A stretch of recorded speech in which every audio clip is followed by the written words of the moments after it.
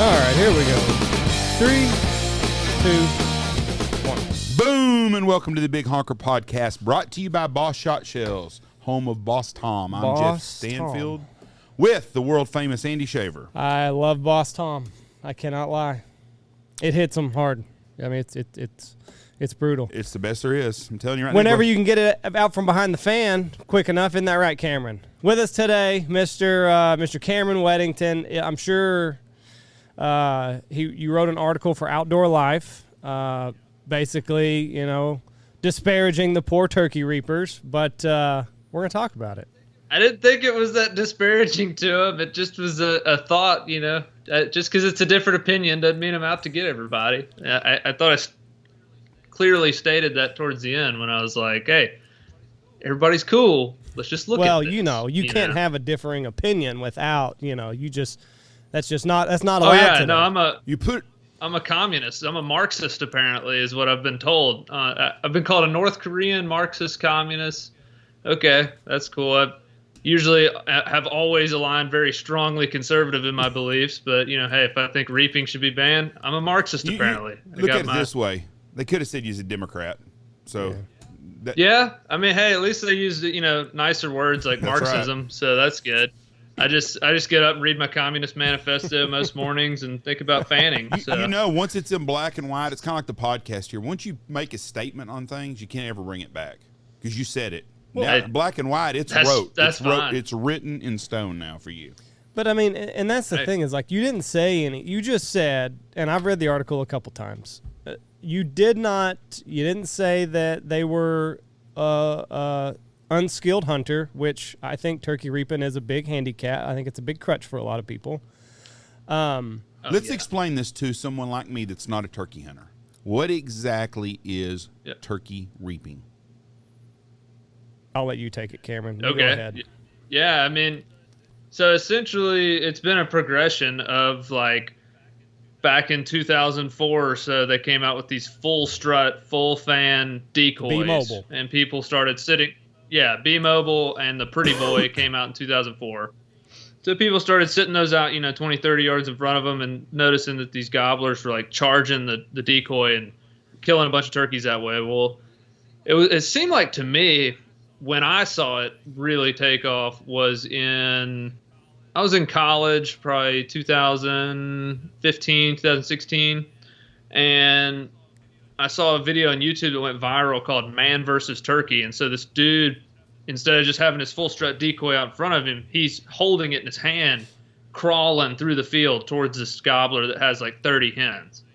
And so he's just crawling and crawling. Then all of a sudden the turkey just runs straight at him. The dude like chunks the decoy down, comes up, blows his head off, And that's when I saw it really get prevalent. So the act of reaping or fanning, both kind of interchangeable, would be not just sitting a decoy in front of you. You're physically holding the decoy or just a tail fan of a turkey and advancing upon a gobbler, or you're just like, waving it at him, like flagging down geese, basically, with a tail fan in a field. So it allows humans. You can watch videos all over the place of people like there's one of this Amish guy in all white just walking across the field with his fan. He walks right up to a gobbler and shoots him at 10 yards, So that's essentially what reaping is. Bigfoot did it also, didn't he? Wasn't there one of Bigfoot a long time ago? I think Bigfoot had a fan. Man, there's been, I don't know how many different ways people were trying to like make turkey hunters look like idiots, but it's going a long ways. We got guys in 4 Civil War suits out there. Yes. Walking up, shooting turkeys with a musket. That Busbus dude, I think he like makes his living off being a controversial guy, I guess. But he's always doing something stupid with them.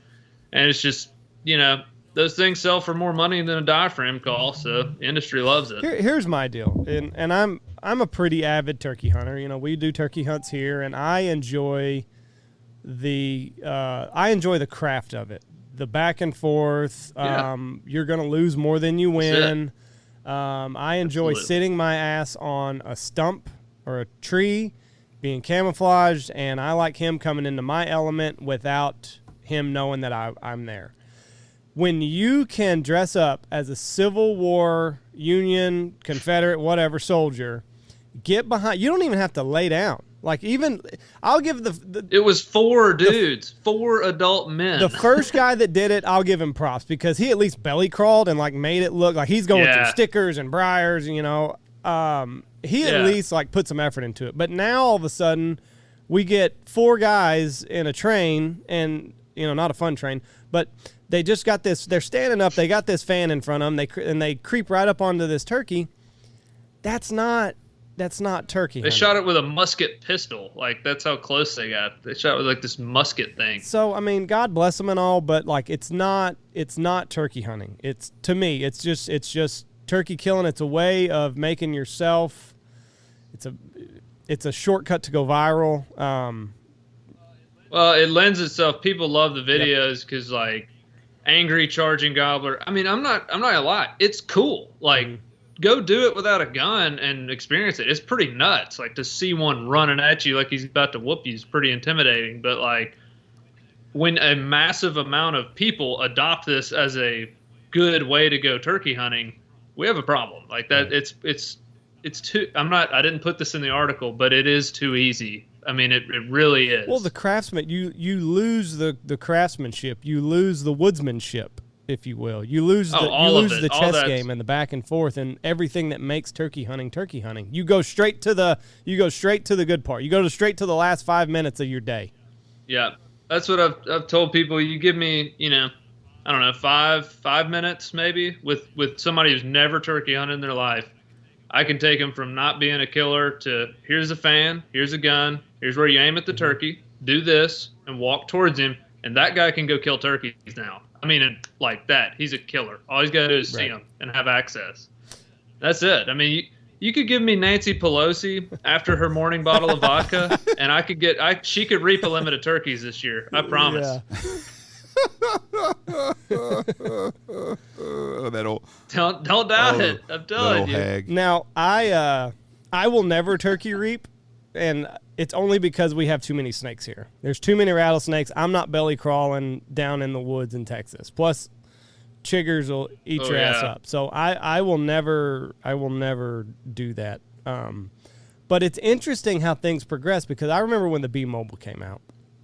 But you'd put your real fan on there, and now I never had any success with the B Mobile. It seemed like I never got the only birds that I ever got to break off were like the subordinate birds. The big tom was always off dicking around with the hens. So like anytime I saw a subordinate tom, they always hung up at like 100, and then they turn around and like, oh fuck, there he is again. And I thought I was gonna get a hen to myself. So personally, I never saw any success with the tom fan. I have seen a lot of success with jet decoys, but it's interesting how it progressed from let's put the B Mobile out there, and then and then all of a sudden it morphed into, well shit, we're too far away. I wonder if I could sneak up behind this turkey fan. Yep. So it was an interesting progression to me.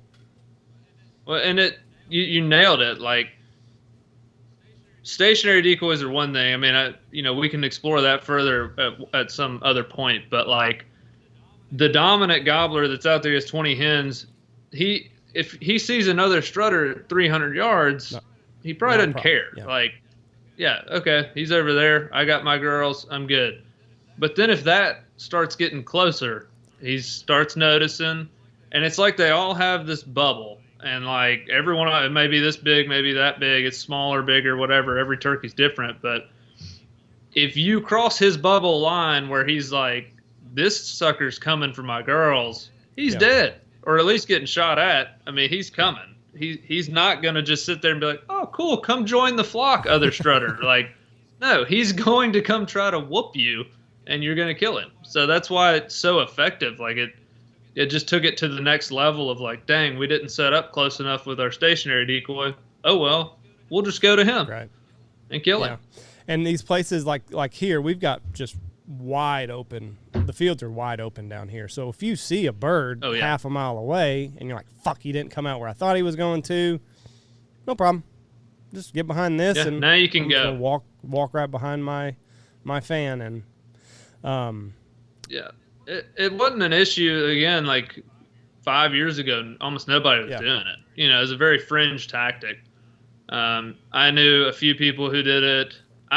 I've done it. I'm not sitting here saying I'm the holiest man on earth. I've done it. I did it. I've done it twice actually.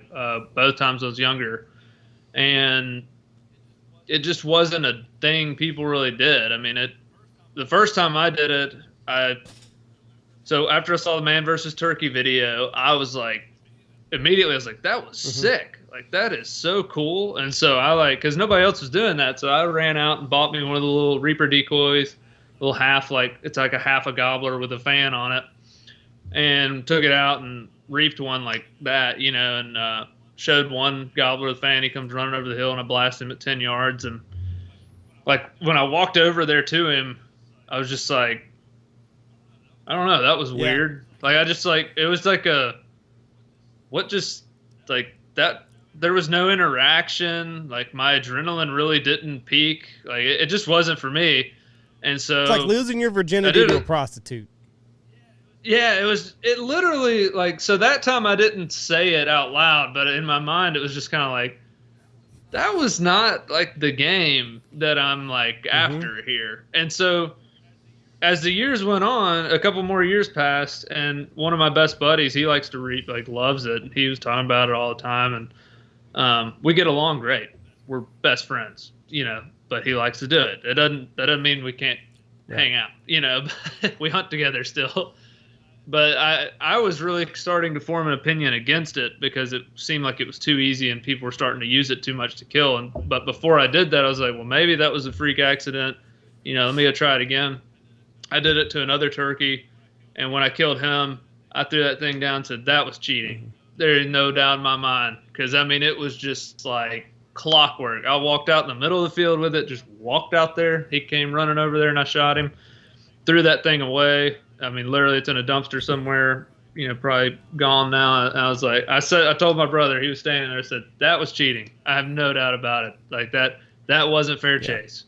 Well, and I already get this empty feeling when the turkey does it right and the trigger's pulled and the game's over. Yeah. I already am kind of like, fuck, like it's so like you've got all the odds in the world that are working against you. I mean, you know, essentially you're doing everything backwards. Bird gobbles, hens go to him. That's how they do it in nature.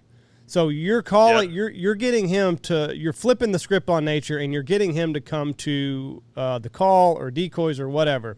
So it's already hard enough. And when it's finally over and the trigger's pulled, I always get this feeling of like, son of a bitch. Like I wish, that's fun and I enjoy eating them and everything, but it's almost like I wish that I could just call them in and like let them go and do this all over again. So yeah, It's a weird concept because, like, I'm with you. I've been doing that. I literally yesterday, you know, but for some reason, the killing part of it adds another element. And it's not like I'm bloodthirsty and want to just kill things, but, like, it makes the stakes higher. Yeah. So, like, it makes the intensity a little bit higher because I've called up plenty of turkeys and not shot them and not had a gun. But it does, like, I still like to shoot them. It's just like you said, it's a weird time because, to be honest, the easiest part of the whole thing is putting the bead over his head and pulling the trigger. You're not making a 60-yard shot on a goose or whatever, flying away, you know, crosswind, whatever, but you're just putting it on his head and shooting him. Like the shot's not difficult, usually. Yeah. So it's pretty anticlimactic because it's like all this, like, he's gobbling and drumming and you're just, you know, elevating, and then you pull the trigger into silence. It's all over, you know? Yeah. So it is a weird concept. It's weird, and I don't know, because, like, I'm like you. I enjoy shooting, and I enjoy, like, I think if I if I only called them in and let them go, that wouldn't be like I gotta get a certain number of trigger pulls in, but at the same time, you're just always just the same thing. Like, fuck, it's over. Yeah, it's over now. Yeah, it's over. And yeah, I mean, so for instance, yesterday, I've always wanted to call one in. The guy that taught me how to turkey hunt, guy from my church, he took me when I was a kid, taught me how to turkey hunt. And I've never called one in for him. He doesn't shoot them anymore. And so I've been telling him I wanted to call one in for him. So 2 days ago, I was like, all right, look, you're going with me. It's the last day of season. I'm going to call one up and you're going to kill it. He said, okay. I said, bring a gun. He said, okay.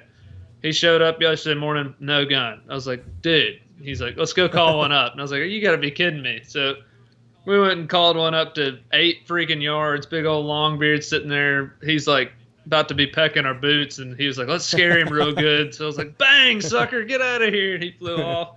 But, I mean, it was awesome. But that guy has no interest in shooting him anymore. He's like we're saying. He wants to just let him go, and he wants to, like, educate him as much as possible and try to make him unkillable, kind of. Asshole. Jeff, you kind of looked at me when I said it was like losing your virginity to a prostitute. There are probably a lot of our older listeners that did do that. Our older listeners? Yes. Why our older listeners? Well, because often ma'am, or what? Probably so. And they would tell you that it was this empty feeling afterwards, like there was no fair chase involved. She was just kind of laying there, they would half not either. Conscious, half sober, and then they would not. Like they just pulled their pants, didn't even get fully nude. I promise you, there was no courtship in it. They don't care about that. I bet looking back they do. No, what do you think they want it to be, a romantic gesture? Yeah, they're trying to get laid the first time. Listen, I'm sure they look back and they're like, fuck, that was anticlimactic. That was way too easy, not fair chase. I should have at least bought her a drink. They cost them a lot more than a drink. But that was cheaper than the other route. Not over in China. Well, I've never been to China. I've never been to a whorehouse. Neither have I. But, so see there, you're projecting your own beliefs on them. Well, the whorehouses so anyway, are still why is it controversial what I said? You gave me this fucking look. I thought you don't know what you're talking about as usual. Oh, bullshit. Cameron, let me ask you something. I'm not going to dive into your sex life by any means at all. I wasn't either. You've done talked about going to church, and you're a good guy, and you're wearing a tie, and you're the first person that's wore a tie on here other than Andy, and we respect you at least. Do you think any of your frat buddies from back in the day, if they'd have went on spring break and they'd went to a whorehouse and lost their virginity, do you think they would really have cared that much where it was at? Man, this is taking a turn I did not foresee. I told you we're not here, politically correct. See?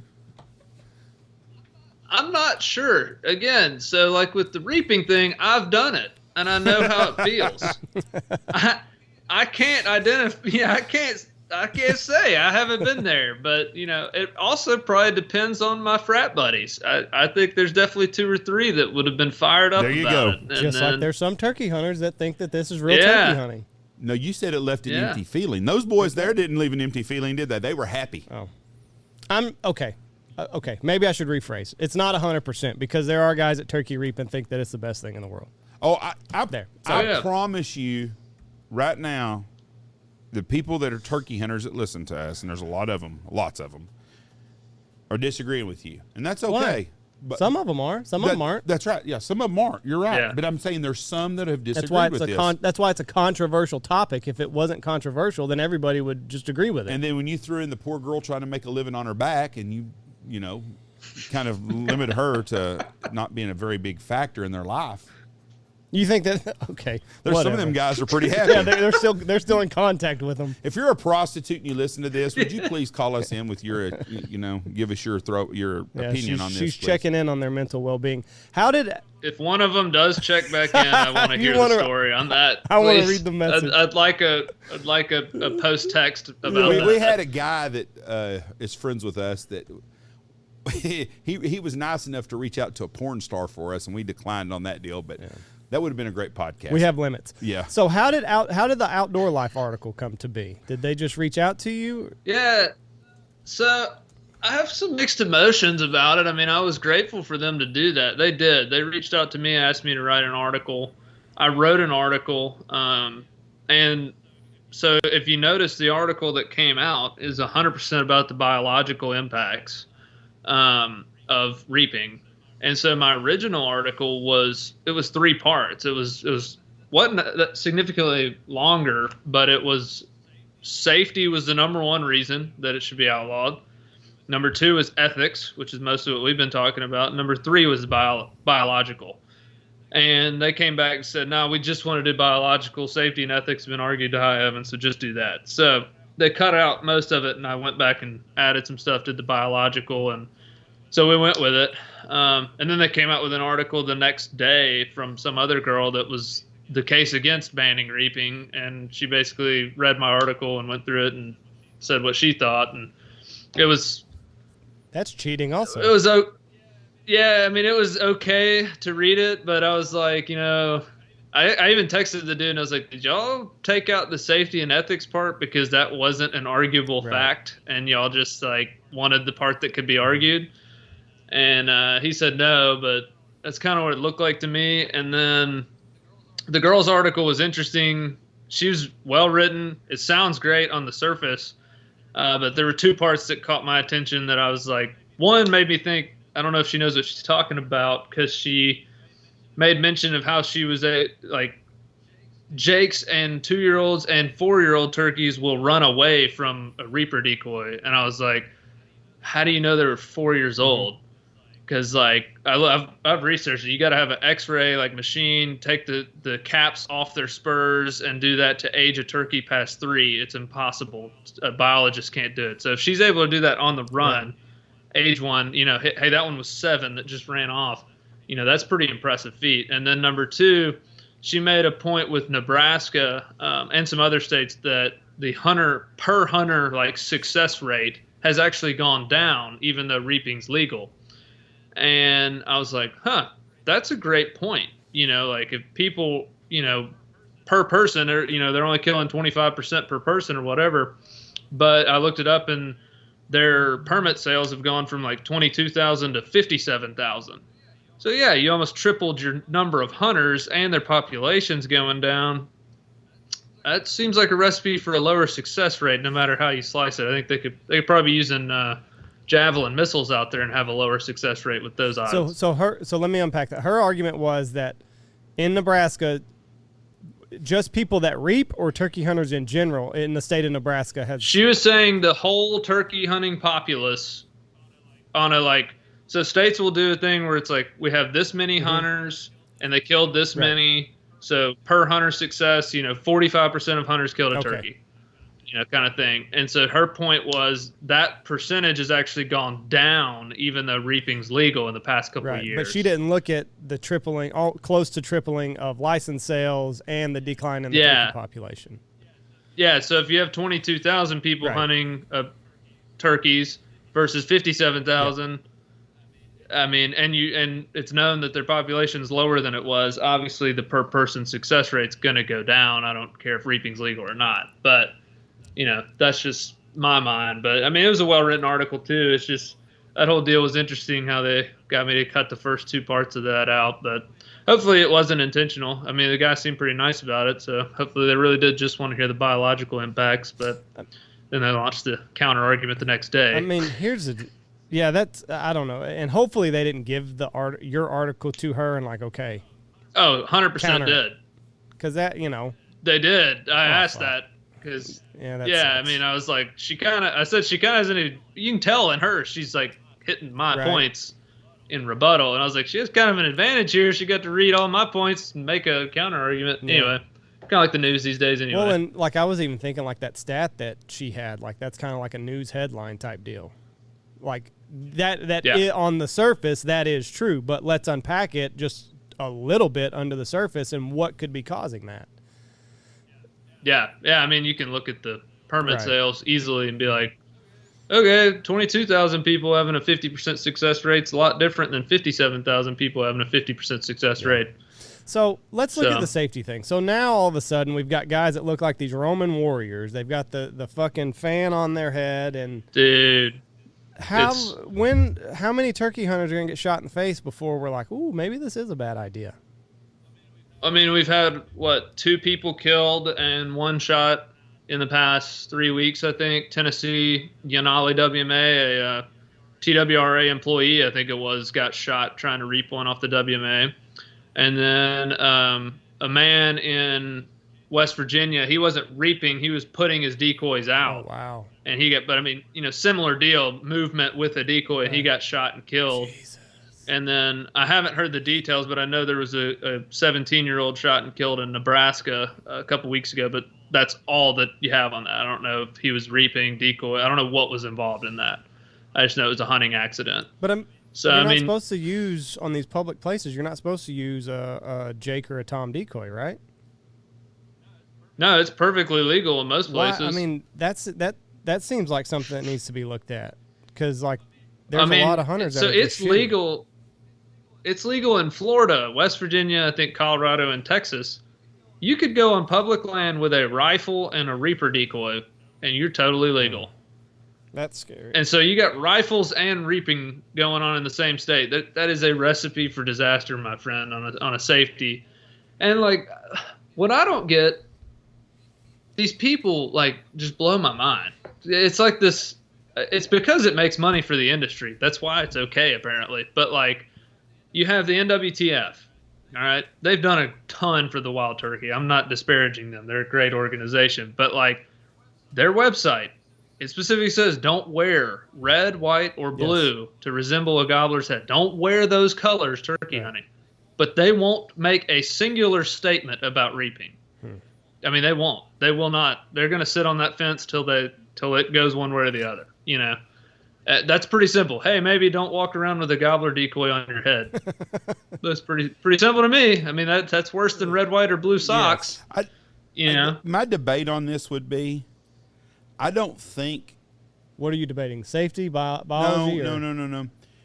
You said there's a lot of money in the industry and stuff. I don't think these people are lobbying. It's not like General Dynamics with its like. But they're sitting on the fence. They're not saying like, "Hey, maybe if you're on public land, you shouldn't wear." I'm not talking about. AVNX gives a lot of money to NWTF. So if NWTF comes against reaping, AVNX sells a bunch of decoys that people use to reaping. It's bad for business. That's all I'm saying. To me, it comes down to common fucking sense. You don't shoot shit unless you know what you're shooting at. I mean. That's the bottom line to the whole damn thing. You don't shoot something. You see with deer hunting stuff too. You see these guys get shot packing a damn mule deer out of somewhere in the western states. Every year, a guy's packing an elk or a mule deer out, and someone shoots him because they see fucking antlers. Right. Damn hunters need to pay fucking attention to what's going on. That's the first problem. The national. I'm not a turkey hunter, so. And I understand what they do is really, really, really good. And I don't understand why they don't say, pay attention to your surroundings and not. So that they're selling an actual turkey that you're wearing a turkey. What's it's a turkey hat. It looks like a Roman. It goes on your head. It's got a fan on it. And you're walking around the woods like this. Yeah, you look like a real dickhead. I would have to agree with you on that. What'd you just send me, Cameron? I just sent you. So if he's saying pay attention to what you're shooting, watch that and tell me what you're supposed to identify other than what that guy's looking at.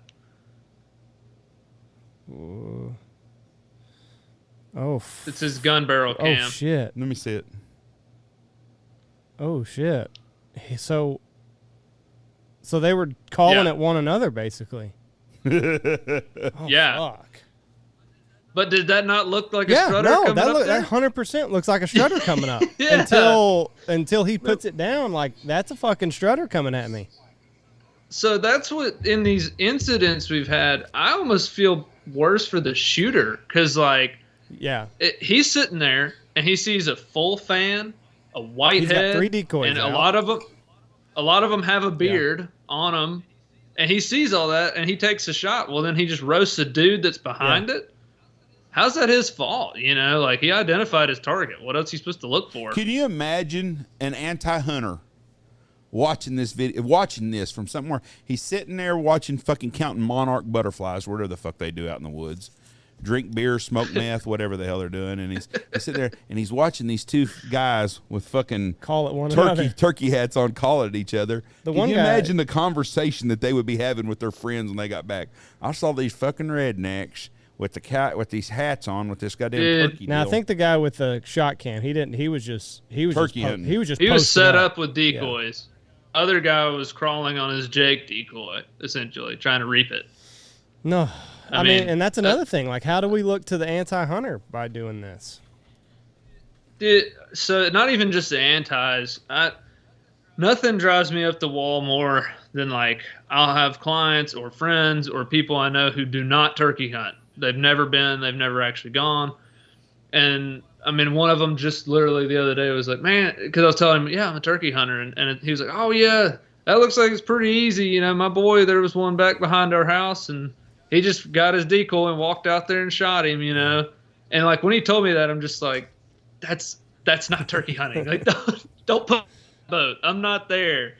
And it just, and people will say comments like, oh, turkeys are so stupid, you know, turkeys are dumb animals. And I've always thought, like, how do people think this? That have, yeah, you know, I know they've never hunted them, but why do they think they're dumb? And then I look at the Outdoor Channel, and you have these people running around in Civil War suits roasting them with a musket. You know, I'm like, okay, yeah, if I didn't hunt and I saw that, I'd be like, yeah, that animal is really dumb. Mm-hmm. You know, he's letting people walk up to him and get shot. So I can't stand that. And then, yeah, the anti-hunting thing, this narrative, I mean, I know there's anti-hunters. There's plenty of them out there. Is that our number one concern right now? I don't think so. I don't think they're going to take turkey hunting away from us next year by any means. You know, but I do think what we post online, what we put on YouTube, what we put, that if we're just putting, like, as the anti-hunter sees somebody with a beautiful gobbler that's being displayed nicely, you know, to the world with a great scene in the background, I don't know that that's going to offend them that much.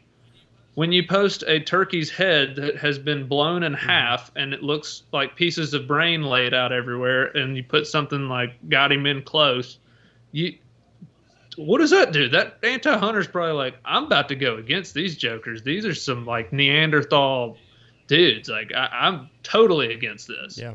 So what you put online is a big deal, in my opinion, right now in this fight for the anti-hunter deal. No, I agree with you on all of that. Anytime seeing an animal do the old crappie floppy after it gets shot on video, that doesn't do any good. The deer hunting videos, they show a deer, they got this deer come up, and then they shoot it, and it's like, oh, I think we wounded it, and we got to go look for it. And they find it thrashing around, and then they got to shoot it again or cut its throat and stuff. There's no reason to put that on video at all. Absolutely no reason at all. I don't have a problem with showing the dead animal. You know, you got Bambi sitting there with his tongue hanging out, and they're getting pictures and stuff with it. That's part of the hunt. I can see that more than the suffering. I don't like to see an animal suffer at all anyways.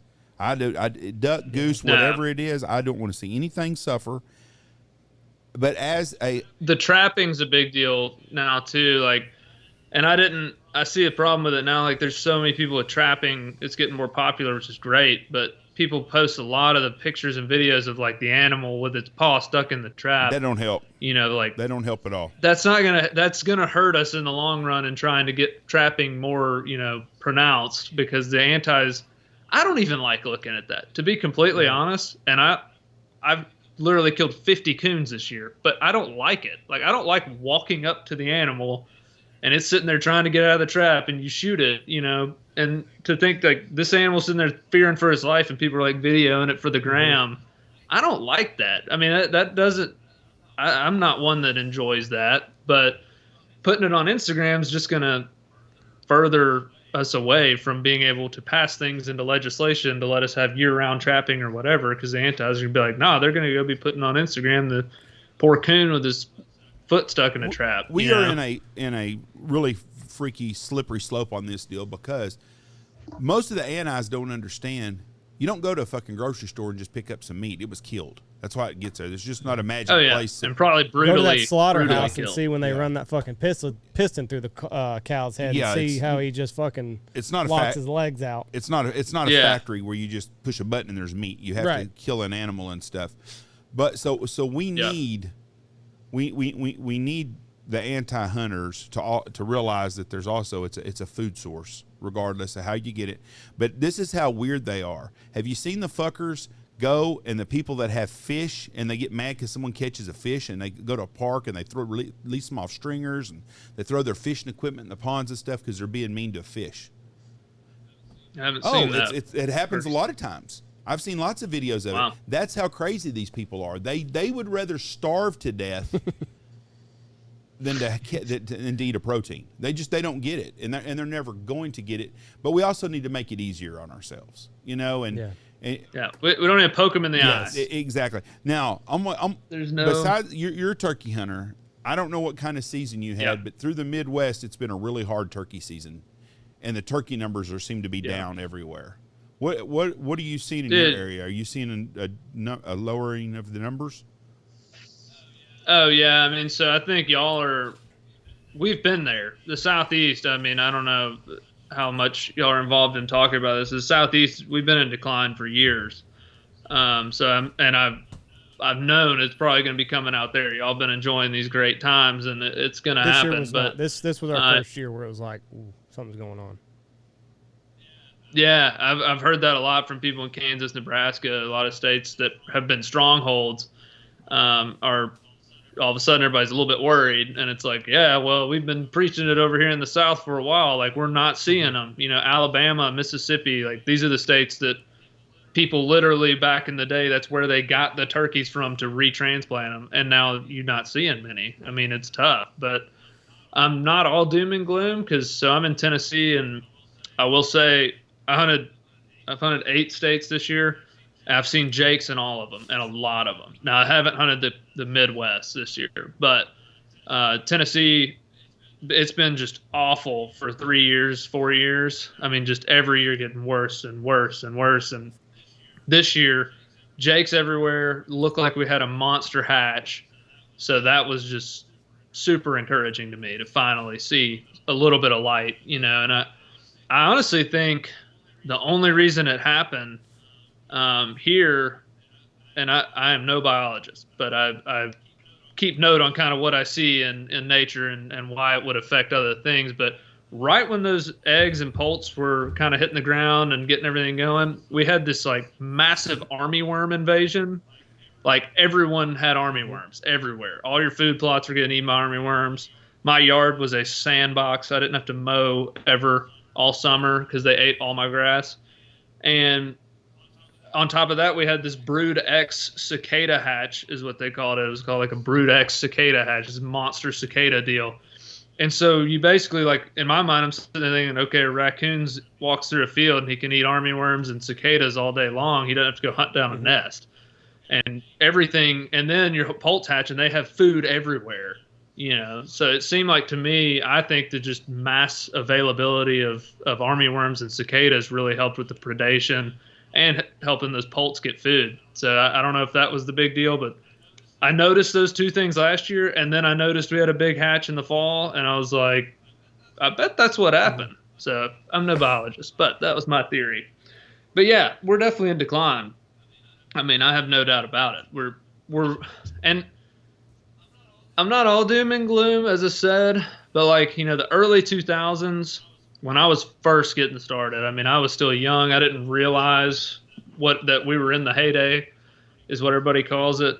We peaked. Everywhere peaked. 2010, wasn't it? Isn't that what some articles suggest? Yeah. I mean, it's going to depend on the region of the country. It's kind of like the Southeast, I think, was a little earlier. Y'all were probably a little bit later. The Northeast, Pacific, Northwest, maybe even a little later than that for the peaks, because probably when transplants and things like that happen. But early 2000s around here was just turkeys everywhere. I mean, they're on every ridge. You're hearing multiple gobblers every day. You know, it was just incredible. And it just it's not like 1 year where everybody woke up and there weren't any. It's just like been this slow, like, I used to hear 4 here.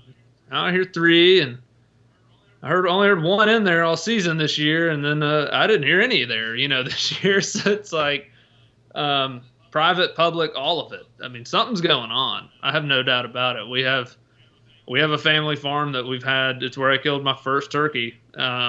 Used to see a flock, 40, 50 in the winter, and it's 300-something acres. And it's always had turkeys, multiple gobblers every year down there. Haven't heard a gobble there in 2 years. Not one gobble.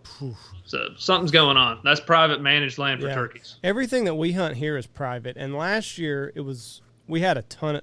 You're in Texas? Yeah, West Texas. So Lubbock, we're 2 hours east of Lubbock. just kind of West Texas, start of West Texas. But last year we had a ton of jakes, and we had an okay number of longbeards, but we had a ton of jakes. And this year, I don't know what happened. I don't know if predators got the jakes last year. I don't know if they moved on and found their own flocks, but I did not see, like last year when the season was over, I was like, we're going to have a shitload of toms running around here next year. And then this year rolled around, and we did not have a shitload of toms running around. And even the hen, like last year there were a lot of hens running around, and I didn't see the hens this year either. So I don't know what it is. And in your article, you were clear that there are multiple factors that's going on into the turkey decline. Oh, yeah. It's not just reaping. It could be a factor. If we ban reaping, the whole population is not going to come back to record levels. I'm not saying that. I never have. I'm not that facetious. Corner to corner farming hurts a lot when you get rid of like hedgerows and tree lines and stuff like that. Big time. The quail are gone because of that. The insecticides, you're killing bugs. That's what the young birds and that's what they eat when bugs are hopping around. So you got rid of those. And there's no money in fur trapping. So, you look at all those four things, people are becoming more successful, with the turkey reaping. It's easier for the average guy to go out and kill a bird. So you kind of got 5 factors that are all working in concert with one another. Well, so I know. Here's the thing: we know there's a ton of reasons why, and we know a bunch of the reasons, and we probably don't know some of them. There may be some disease problems as well, but what can we do about it right now to help the turkeys? Okay. Can we change all of the timber practices in the entire country? Nope. No. That can't happen today like that. Can we get everyone to go trap 400 coons a year? No. We can do all we can to do that. There's all these things we can progressively try to make moves towards, but it's going to take a lot of time, a lot of effort. If we ban reaping, that can be done like that. One stroke of the pen, it's gone, and that will probably help some. That's been my whole point. So I have people all the time, well, reaping's not the number one problem. It's not, we ought to be trapping more and stuff. I'm like, that's probably true. But this is a way we can help today. Right. Literally in one stroke of the pen and save some turkeys, because we don't need to be shooting as many as we are. And anybody can go kill a limit like that. That's the problem. The efficiency, to think that we're not affecting the flock as hunters with how efficient we can shoot 80 yards now. We've doubled how far we can shoot. We have all these tactics. We have the best camo in the world. A lot of people use cellular trail cams. I've talked to multiple people I know who are like, yeah, I sit on my couch. I get a text, oh, he's in the field, grab my reaper, walk out there and go shoot him. Yeah. The efficiency is crazy. And so people, I don't know why it gets people so riled up, but to me, we're going to have to give somewhere as hunters. We're going to have to do something. And so, all these people calling me a communist for wanting to restrict method of take, none of them said anything last year. Georgia cut 21 days off their turkey season. They didn't say you can't go reap for 21 days. They said you can't go hunting. You sit at the house. Yeah, you're sitting on the couch. Yeah. Oh, okay. That's for the benefit of the bird. Nobody cares that they literally cannot go hunting anymore. Yeah. But if you take a method away, now that's Marxism right there. Total government control. And I don't understand why hunters have to be told like they need to do something. Like if you see that there's a problem, I love turkey hunting. I love it. That when we're done with clients, I like to take my son out, and it's my time to be out in the woods and relax, because we waterfowl hunt. That's primarily what we do. That's our bread and butter. It's November to February, and it's 7 days a week, and I'm tired by the end of it, and turkey hunting recharges my batteries. But guess what? When I saw what our turkey population was here in Texas, I did not turkey hunt once we were done with hunters. I said, number one, we don't have the numbers. So I feel like if I go out and I shoot a bird or two, it's going to hurt us in the long run. I didn't need government to tell me oh, there's a problem here and you should probably not go shoot your fucking 4 birds. So I didn't hunt at all. Plus, it's been hot, so that's been really easy not to go turkey hunting. It's been 105, 110 for like a month now. So when I saw that made my decision a little bit easier. But I had made a decision that for in the long run of things, this is what I need to do. I don't need to go out and I don't need to shoot birds this year. So I didn't. Yeah, well, I mean, we got to learn something from history, and that's that hunters are overall pretty greedy people, and humans just tend to be greedy. I mean, the wild turkey didn't almost go extinct last time from anti-hunters taking our rights away or, people not catching enough raccoons. They almost went extinct because people were filling ditches with corn, shooting 40 at a time with a shotgun when they stick their head in there, and we almost killed them out of existence. So for market hunting. And we had to put regulations, bag limits, season dates, some methods of take in there of how you can and can't turkey hunt in order to preserve the species. And now we're just innovating to new levels of where we're able to, everyone on earth can go out and kill their turkeys. I mean, it shouldn't be that way. I mean, do we really need more people to go kill turkeys right now? No, not in the long run. I mean, that's the bottom line. Like, I want new hunters. Like, I love introducing new people to it, but we have a declining species. We have a ton of people already shooting them, and those people are really good at killing them now. Do we need more of those? No. I mean, the answer is no. Yeah. Not right now. We had Lee Chose on not too long ago, and we were talking about how many dove are poisoned by lead poisoning each year? 15 million. 15 million dove die each year from lead poisoning. Holy cow. But Lee Chose, he's like, why do we have to wait for the government to come and say, hey, you can't shoot lead at dove anymore? Like, we've got bismuth. It's more expensive, I know. And how many birds did we figure out died from it was 20 million, wasn't it?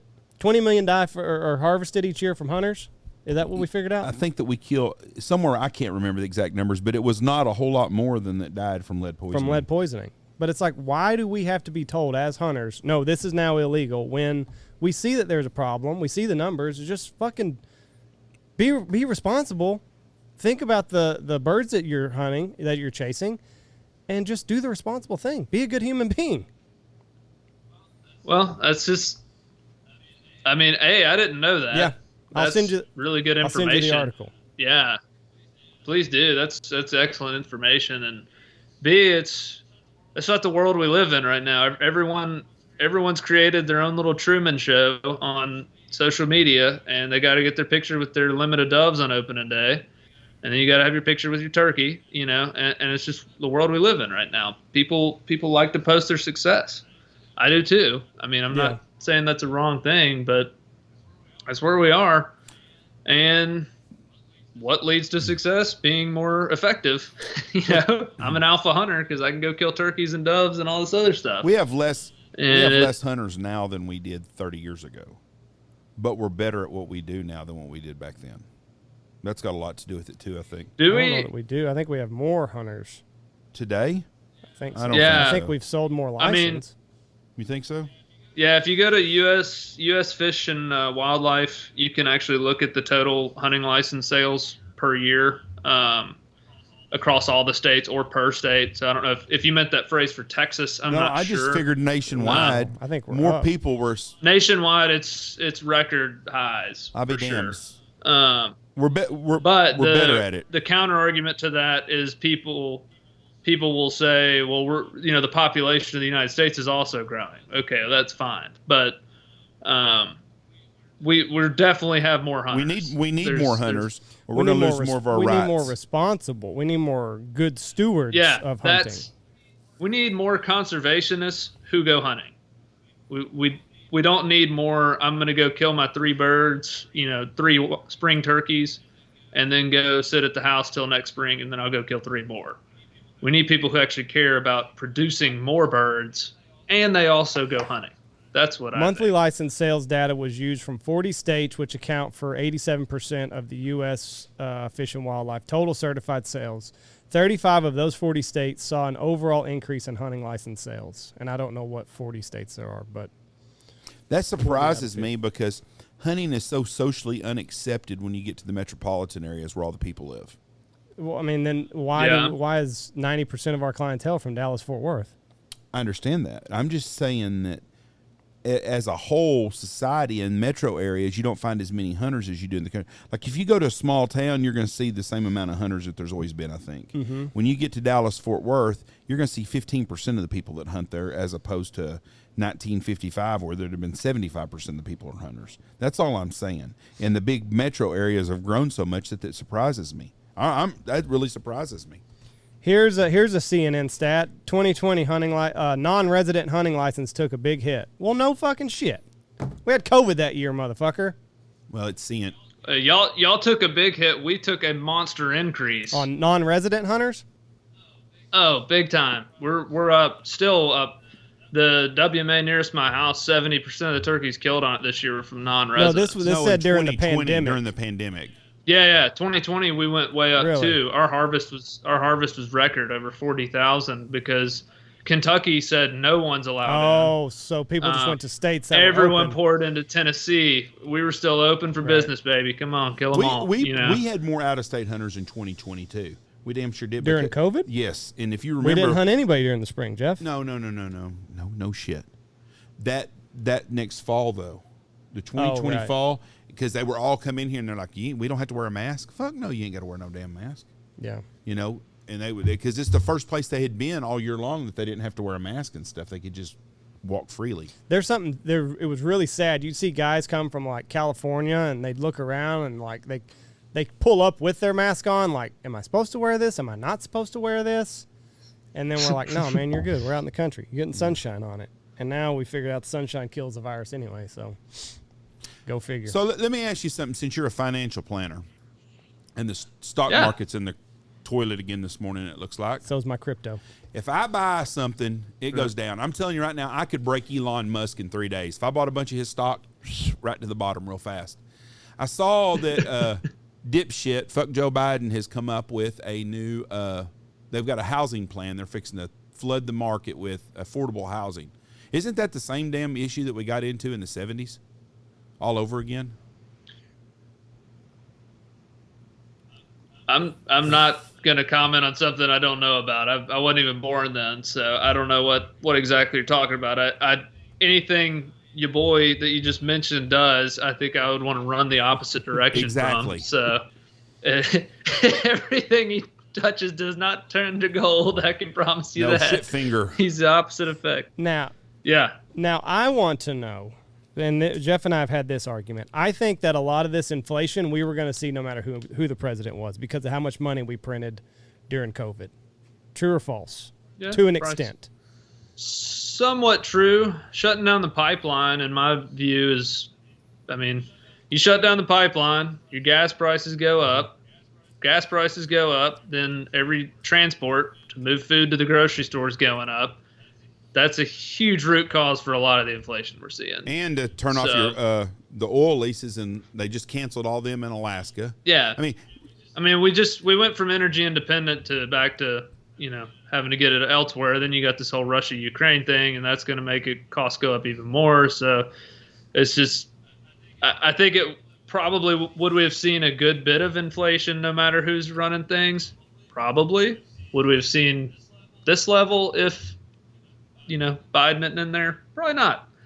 I think his policies have not lent themselves well to curbing inflation. I saw two interesting things yesterday. The first one was that the vodka queen Pelosi herself come out yesterday and said, well, the problem with America is we need to be more independent and take care of things ourselves. We had a guy that was doing that. We were on that track. We're on our way, lady. What the fuck? Did you not see that shit through the booze? Second thing was, and I just lost my damn train of thought on what my damn second thought was. It was something else that happened with the government that it was just floored me. I guess it wasn't that big a deal. It wasn't Pelosi? No, it was something else that happened yesterday.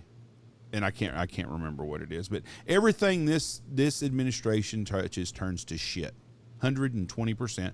Me and Andy's argument was, I said if Donald Trump was in office, we wouldn't be having these problems that we're having today, and I don't think we would be. I don't think the war in Ukraine would be going on. I don't think we'd have inflation. Second of all, we would be manufacturing and stuff. We would be putting tariffs on China more, and I think we would be a lot better off and a lot stronger right now. I don't think you'd see $4 a gallon gas if Donald Trump was in office right now. Nah, I don't think so. You had a really strong businessman running things. He he was not a career politician. He's a businessman first and foremost. He ran the country like it was a business and it was profitable and things looked really well economically while he's in there. And then you get career politician, Dementia Joe running things. Whoever's pulling the strings behind the guy probably doesn't have the United States at the forefront of their. Yeah, well, whoever it is, obviously doesn't care too much about us.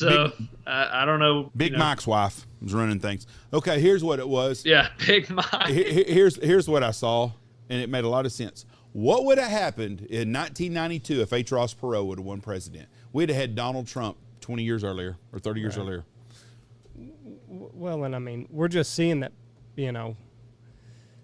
with Donald Trump and the way he spoke and the way he acted, like that's how a lot of business people are. Like, there's no emotions involved, but you're going to call a spade, and when something's wrong, you're going to call it out, and it might hurt your feelings having it called out in the manner that he did it, but like, that's just how running a business is. Like, you got no time for bullshit. It's just, this is what's wrong. This is how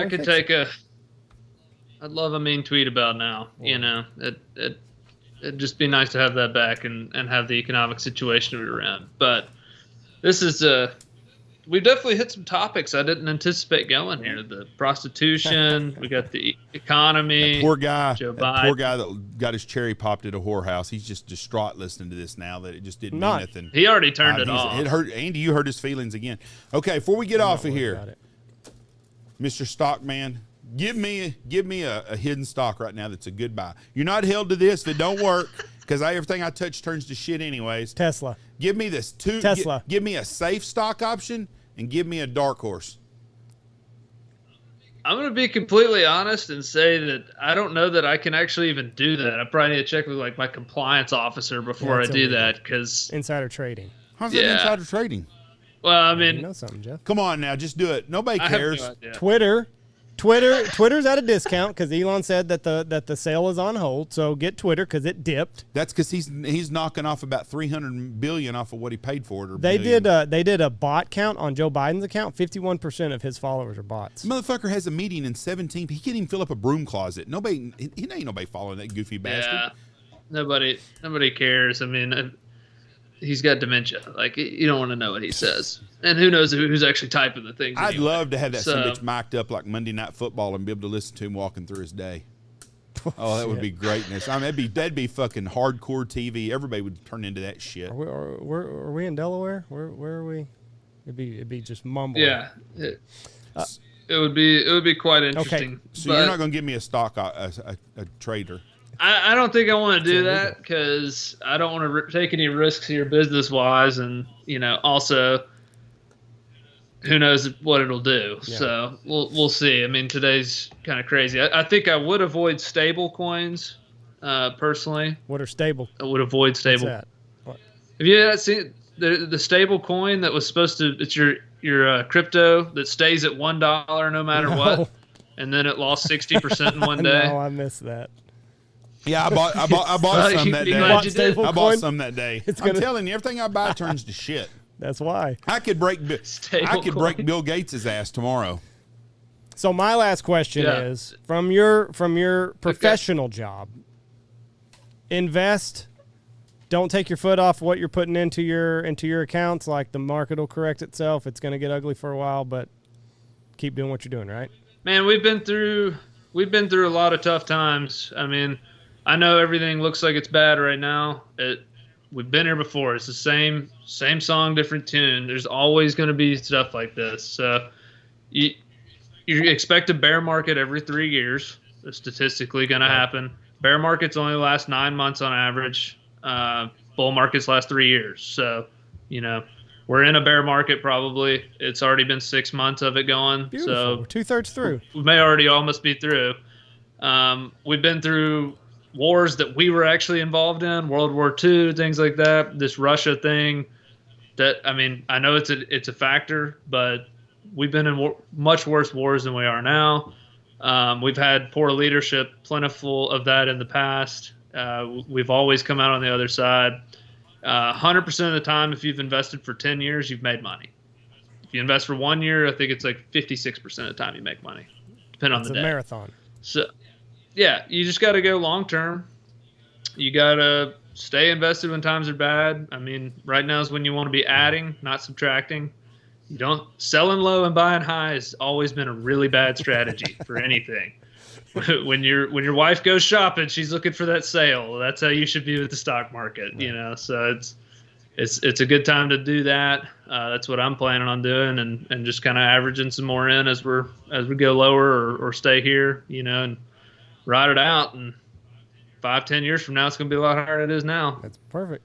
Well, listen, we really appreciate your time coming on here, and like you said, we've hit a lot of cool topics. All right, I think a lot of interesting topics. Hey, let me give one plug real quick. Is this going to air pretty soon? Tomorrow. Oh, sweet. Okay, so in Tennessee, I am fighting tooth and nail to have reaping banned in the state of Tennessee. All right, and so if you want to help in that, non-resident, resident, I don't care where you live, email TWRA @huntingcomments.com, and you just let them know that you would support a ban of reaping statewide. So I would greatly appreciate that. I've been emailing the heck out of them. I also would like to see us do a Jake restriction, at least for adults, able-bodied adults. You know, maybe let youth and disabled kill Jakes. But we got to do something. Like I'm trying to make sure that email's correct. And like you said, they took what in Alabama? They took 21 days off the season. Okay, so hold on. It's twra.huntingcomments@tn.gov. So I totally butchered that, but it's twra.huntingcomments@tn.gov. So the magic bullet for the states right now. I mean, this is the only way they'll look at doing anything. We're going to take days away from you, and we're going to cut your bag limit. I mean, that's it. You got Arkansas, our neighbors to the west here, between us, east for y'all. They're at they have 2 zones, but the zone closest to me is I think it's a 9 or 10 day season. That's their whole turkey season. 1 bird limit. That's brutal. I'd be moving. Tennessee, we dropped our bag limit from 4 to 3. Most of the WMAs in the western portion open 2 weeks later than the rest of the state. And there's a 2 bird limit in western counties and south central counties. So drop the limit, cut the days. Georgia went from a March 20 opener to April 10th opener on public land. So they lost 21 days of hunting, and the private landowners lost 14 days of hunting total. They didn't get it back on the back end either. Like, they just cut it. It's gone. Now, why would you move? And they dropped. Why would you move from Arkansas for going down to 9 days and 1 bird? He's a turkey hunter, Jeff. That's what he loves. I understand that, but I mean, what else? You don't think that's a good solution? What they're doing there? I mean, is it going to work? Maybe, but that's super restrictive. I mean, that is. So, like, look here. I can tell you in Tennessee, if they want to cut the bag limit, so we're at here was their solution here. We had a 4 bird limit. All right. They said, we're going to cut the bag limit. Turkeys are doing poorly. We'll cut the bag limit. So we killed on average 33,324 turkeys. They cut the 4th bird off the bag. You know how many turkeys were killed that was a person's 4th bird? 1,200 birds. That's what I think. I don't have a problem with them going to 10 days to 1 bird if that's what it's going to take to get their numbers back up. I do like your solution about jakes just for youth and maybe disabled hunters or something. I like that because that's the same as in East Texas. They have a horn restriction on deer. Your deer got to be outside the ears before you can shoot a buck in some places in Texas. Well, yeah, if we're shooting, can't shoot a 2-year-old if you shoot a 1-year-old. It's going to build your population back up. So I understand that, but I don't understand why. If all they can sustain is 10 days and shoot 1 bird, then I think that's good for the state if that's what the answer is. Now, I don't know the answers. Yeah, if it works, then good. But the biologist, I'm not a big fan of all biologists. The biologist that hunts, I'm a fan of, but the biologist guy that eats cheese crackers and don't ever get out of his fucking truck, I don't want no problem. That guy don't have no business being a biologist because he doesn't understand a lot of things. So, we're fixing to face the same thing in the waterfowl deal. We're going to be looking at smaller limits coming up in 2 years probably, or smaller days. I would rather keep our days and have less birds to shoot per day. You know? That's me. I would much rather have the days than the bag, to be honest. Mm-hmm. Like, I just do not like I think the worst thing you can do is take days away from people. Mm-hmm. especially because, like, I mean, I have a child now. Like, I'm going to want to teach her a turkey hunt. If I had a 10-day season, if she's in school, she's got one weekend. She's got one weekend. That's her turkey season every year. I get to go to take her 2 days. If it rains both days, then we're hosts. She's never going to learn to turkey hunt, you know. Long season, low bags, much more okay with me than a short season, you know. And so, but I mean, I've looked at it every metric possible. So with Tennessee, if they drop us to a two bird limit, we will still kill 28,700 turkeys. So they'll cut 6,000 off. That's if we go to 2. And if they cut it to a 3-week season, which means they cut our season in half, we'll still kill, I think it was 85% of the same. I mean, about 80% of the harvest happens the first 10 days of season anyway. So 22,000 birds are still going to get shot. Yeah, easily. Yeah. Even with that. So, like, I don't know that that's the only solution they need to be looking at. Jake restriction, that would save 4,600 turkeys right there in Tennessee. You know, we kill about 18% of our harvest is usually jakes. So you could just restrict the jakes, and there's a bunch you save. And then throw banning reaping on that. You know, hey, saving a bunch of birds. Right. Alabama, they ban decoys, all decoys for 10 days. First 10 days of season. No decoys. I mean, would you rather go hunting without decoys, or would you rather just be told you can't go hunting? Right. You know, if they determine that can save, you know, maybe 50% of the turkeys the first 10 days get killed over decoys, okay, that's a great solution. People still get to go out in the woods, enjoy it, and maybe teach a new hunter, but they can't just use that for the first 10 days. I like that solution. And you're looking at things, okay, what can, before we get to restricting bag limit or reducing bag limit and cutting down days, what else could we possibly cut out to get to these numbers? So that's it. And that's a sensible approach. And you've put pen to paper, and thank God you understand you and Jeff understand numbers, because I was lost on some of those percentages. Your buddy had the answer, though. Who? His buddy that went out and hunted without a gun and just wanted to go do a bird. Take your camera along and stuff. Hunting, you know, that's a shoot and release deal right there. You're not killing nothing. What's going to be interesting is he's going to run into that dickhead game warden, though, that's going to give him a hard time about that, even though he's not hunting. It's going to happen. What's he going to give him a hard time about? About being out there, well, you're hunting the birds. And you don't have a gun. I'm telling you right now, there's some game warden out there that's going to try to make a deal of it. You know, the guy is... I promise you it's going to happen. Hey, before I let you go, how does that, when you hunt with your buddy that loves turkey reaping, like when you hit that midday lull, or like y'all arguing with one another, like, listen, motherfucker, if we pick up that decoy, we can kill this bird. And you're like, no, asshole, sit down and we just got to wait. Or do y'all just say, go, fuck it, and just go back to the truck? No, it's pretty easy. When I'm on the gun, if I'm shooting, we hunt my way. He doesn't even bring it. We're going my way. If he's on the gun, I'm at his disposal. If you want me to drop back and call, I'll do that. If you want to crawl up there and shoot him, you do that. I'm here with you, buddy. That's a sensible approach. So it's a pretty sensible approach. Whoever's turn it is to kill the turkey, we hunt their way. Is the way we've kind of gone about it. We'll see what happens with this whole deal. I guess my whole thing is, like, I just would hate to see us lose most of our turkey season and most of our bag limits countrywide due to this, if the same thing could be accomplished by restricting our methods. I mean, I would literally rather be told I can only hunt with a longbow and a loincloth for the first 2 weeks than to be told you can't go hunting until this date now. We're taking these days from you. That's just how I am. So I've looked at the numbers. You know, what I don't get, I know you are probably ready to go. No, we got all. I don't want to keep you from something. I can go all fucking day. No, I mean, I'm pretty passionate about this, obviously, but in Tennessee, like, I'm a numbers guy. Why don't we just look and say, okay, like, what they did last time is they're just throwing darts. Like, well, let's take a bird off the limit. 4 birds. Let's take one off. Boom. All right, it's gone. Nobody really knew what that meant. Mm-hmm. Why don't we look at it? Okay, Tennesseans, we want to reduce the turkey harvest by 20%. And we think if we reduce it by 20%, then we will have better populations for the future. Okay, so there's your goal. Now let's look at history to achieve that goal. What do we need to do? I've looked at it. I can tell you right now because I've done all the number crunching. 3-week season, 3-bird limit, you achieve the goal, 100%, 20% reduction. 2-bird limit with the same length season would achieve the goal.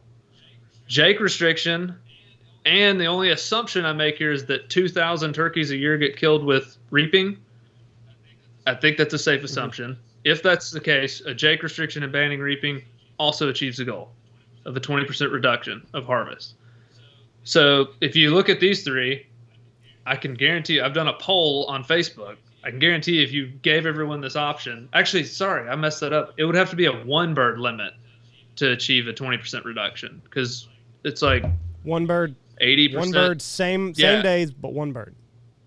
Yeah, 45-day season with a 1-bird limit would achieve that goal. So you have 3 options. We can either have a 3-week, 3-bird limit, or we can have a 1-bird limit, 45-day season, or we can restrict jakes and ban reaping, assuming that 2,000 turkeys get reaped a year, which I think is a safe assumption. If you presented the general public with those options, I promise you they're going to pick jake restriction and ban reaping. I promise you.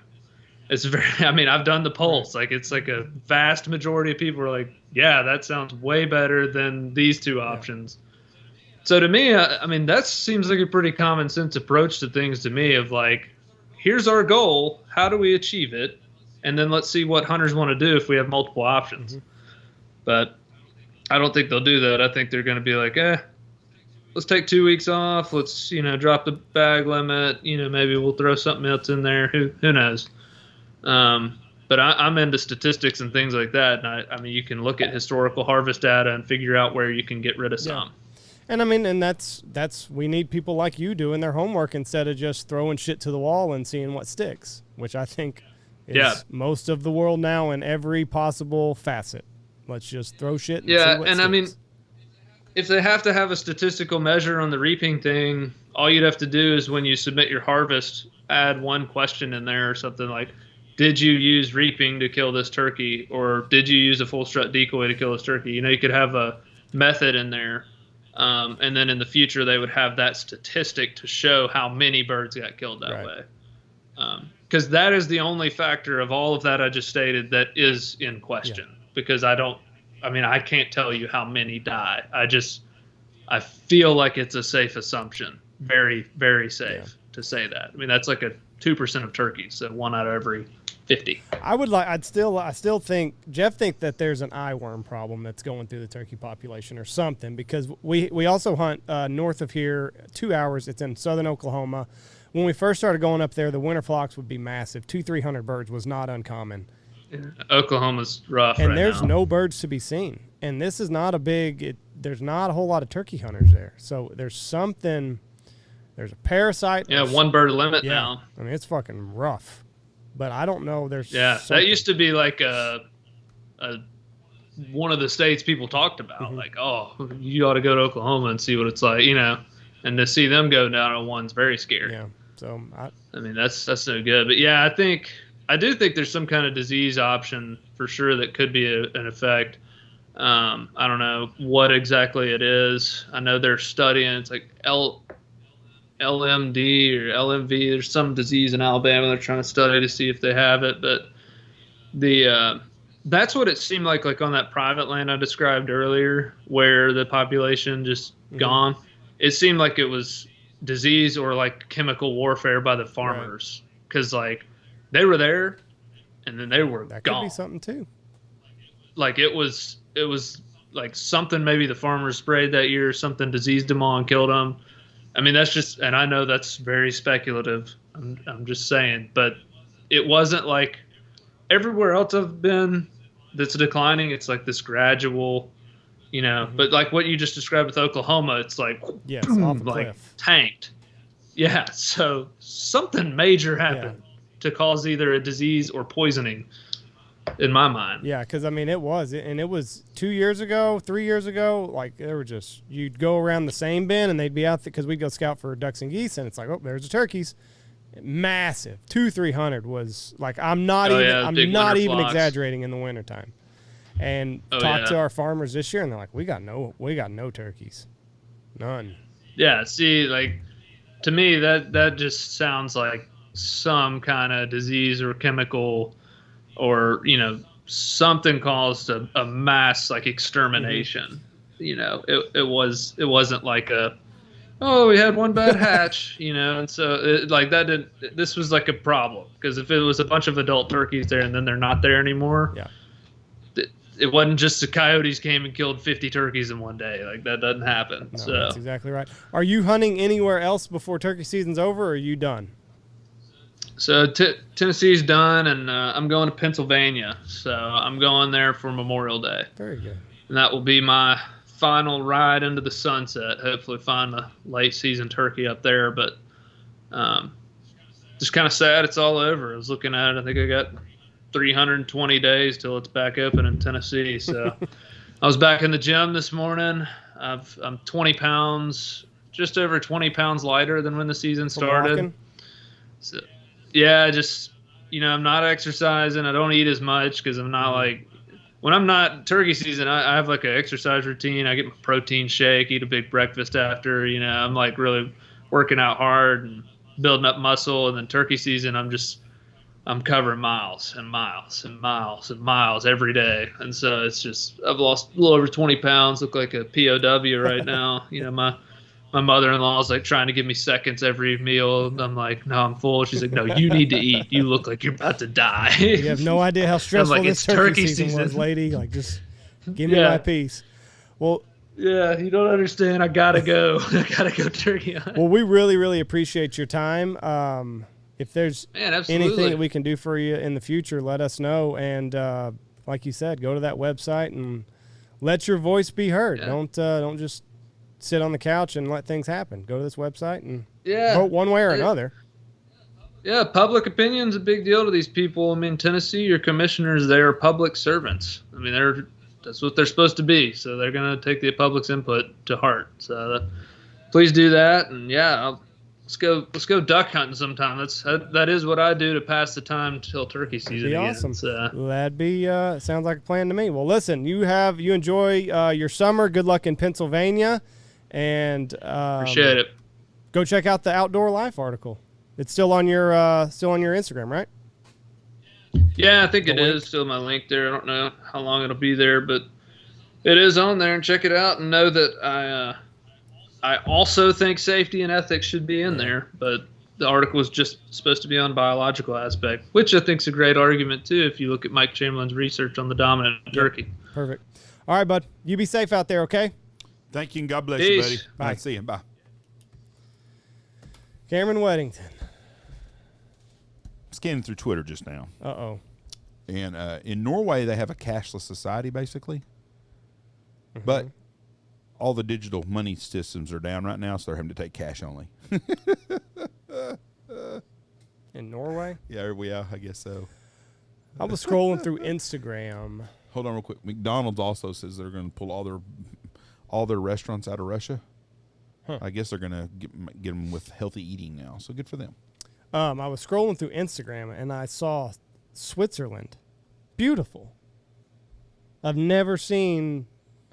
I just thought they were known for their cheese. Huh? It's in the Alps. It is fucking gorgeous. Breathtaking. What do you think it was going to be like? I don't know, Jeff.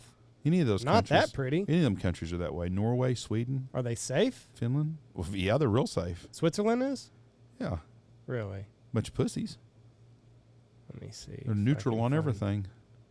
But I was like shocked with how... That's a pretty country. The waterfalls and the mountains. Very healthy there, too.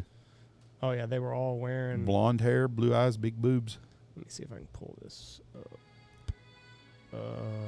Well, now, Andy.